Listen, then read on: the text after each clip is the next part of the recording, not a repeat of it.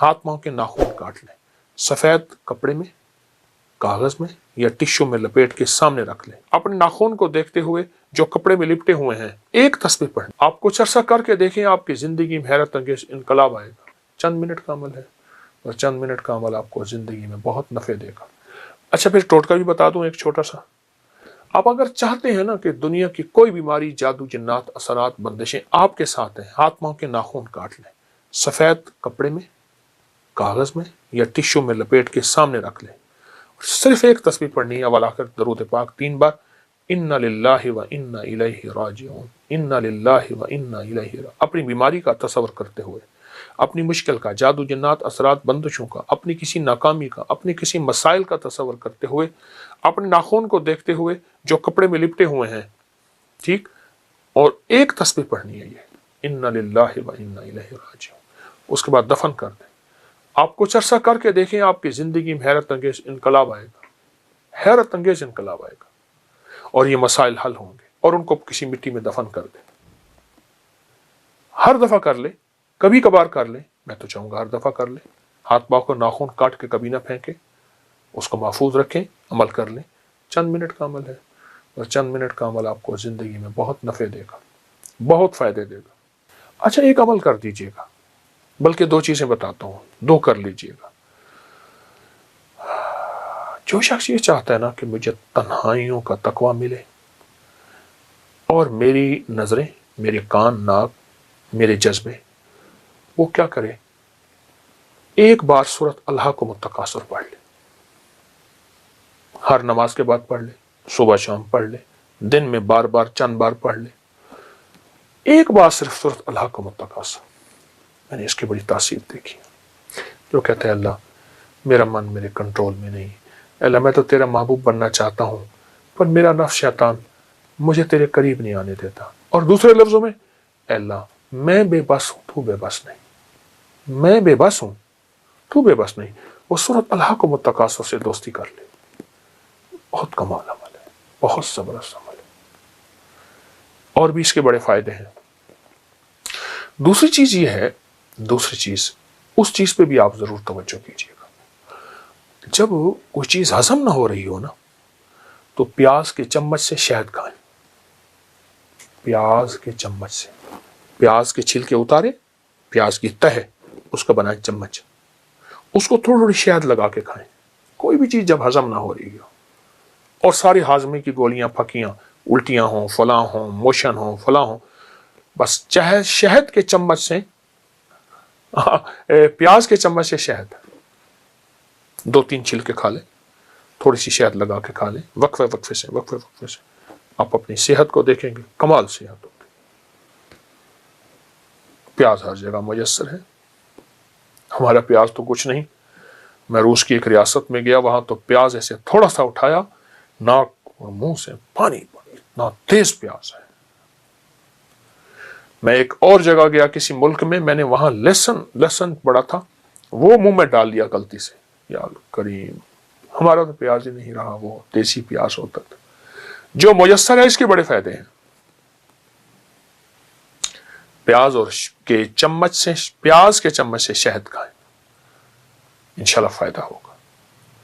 اور روحانی عمل میں نے آپ کو بتایا ہے، اس کو بہت فائدے ہیں۔ اچھا قبلہ، میں میوزیم پہ نظر گئی ہے، وہاں پہ موٹر سائیکل کھڑی ہوئی ہے، کوئی یاماہا کی ہے، تو وہ میں چاہ رہا ہوں ذرا وہ بھی ساتھ ساتھ ایک جنا مجھے بڑا یہاں پر وہ ایک کوئی ویسپا ہے کیا، میں چاہ رہا ہوں کہ ذرا اس کی کوئی جو ہے تاریخ آپ سے پوچھی جائے کہ یہ جو ہے نا پرانے چیزیں، چونکہ مجھے شوق ہے پرانی چیزیں جمع کرنے کا، تو اس کا دور ہی ختم ہو گیا، تو جن چیزوں کا دور ختم ہو جاتا ہے تو میری کوشش ہوتی ہے میں ان کو جمع کرتا رہوں۔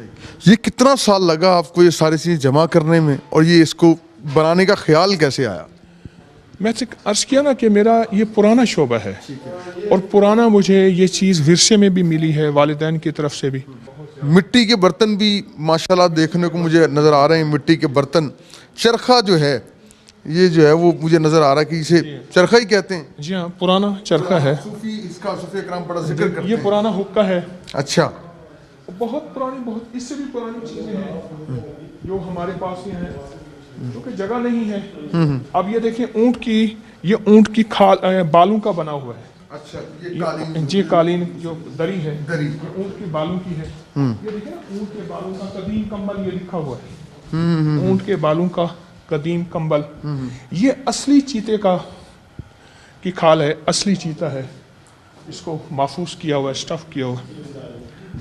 یہ جو سامنے برتن لگے ہوئے ہیں جی قبلہ اس کی کیا یہ تاریخ کے پرانے وہ برتن ہیں جو ہم استعمال کرتے تھے جب تانبا کانسی پیتل استعمال کرتے تھے. بے اولادیاں نہیں تھیں, بیماریاں نہیں تھیں, بڑھاپے نہیں تھے اور چال میں لڑکڑاہٹ نہیں تھی, لا علاج بیماریاں نہیں تھیں.